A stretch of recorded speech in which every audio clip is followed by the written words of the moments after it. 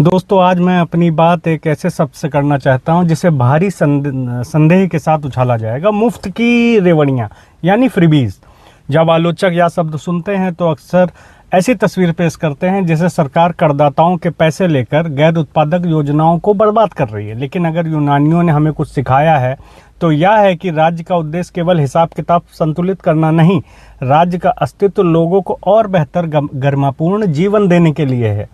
अपने ही देश के इतिहास को देख लीजिए। जब दशकों पहले के कामराज ने तमिलनाडु में मिड डे मील योजना शुरू की तो आलोचकों ने इसे पैसे की बर्बादी बताया।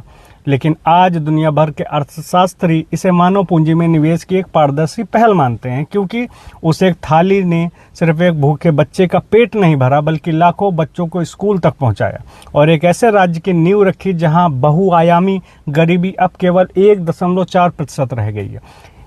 क्या किसी महिला को कॉलेज या कार्यस्थल तक पहुंचने के लिए मुफ्त बस यात्रा मिलना फ्रीबी है?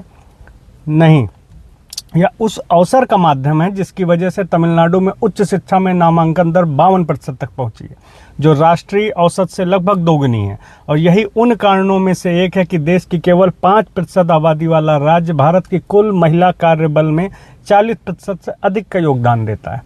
लेकिन मैं यह बात बिल्कुल स्पष्ट कर देना चाहता हूं कि अगले चुनाव में जीत हासिल करने के उद्देश्य से बिना वित्तीय स्रोत के दिए जाने वाले गैर जिम्मेदार नगद लाभ निश्चित रूप से सार्वजनिक वित्त को नुकसान भी पहुंचा सकते हैं। लेकिन जब कल्याणकारी योजनाओं को मजबूत और सोची समझी नीतियों के साथ जोड़ा जाता है तो ये सरकारी खजाने पर बोझ नहीं बनती, वे अर्थव्यवस्था को गति देती हैं। यही कारण है कि ऐसी नीतियों के साथ राज्य की अर्थव्यवस्था सालाना 16% से अधिक की दर से बढ़ सकती है और देश के कुल निर्यात में 13% तक का योगदान दे सकती है।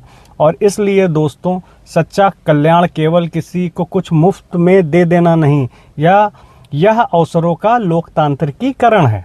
और जब कल्याणकारी योजनाएं दूरदर्शी सोच और संरचनात्मक नीतियों के साथ जुड़ती हैं तो जिसे आलोचक आज फ्रीबीज कहते हैं, वही कल किसी राष्ट्र की जीडीपी को आगे बढ़ाने वाला इंजन भी हो सकता है। धन्यवाद।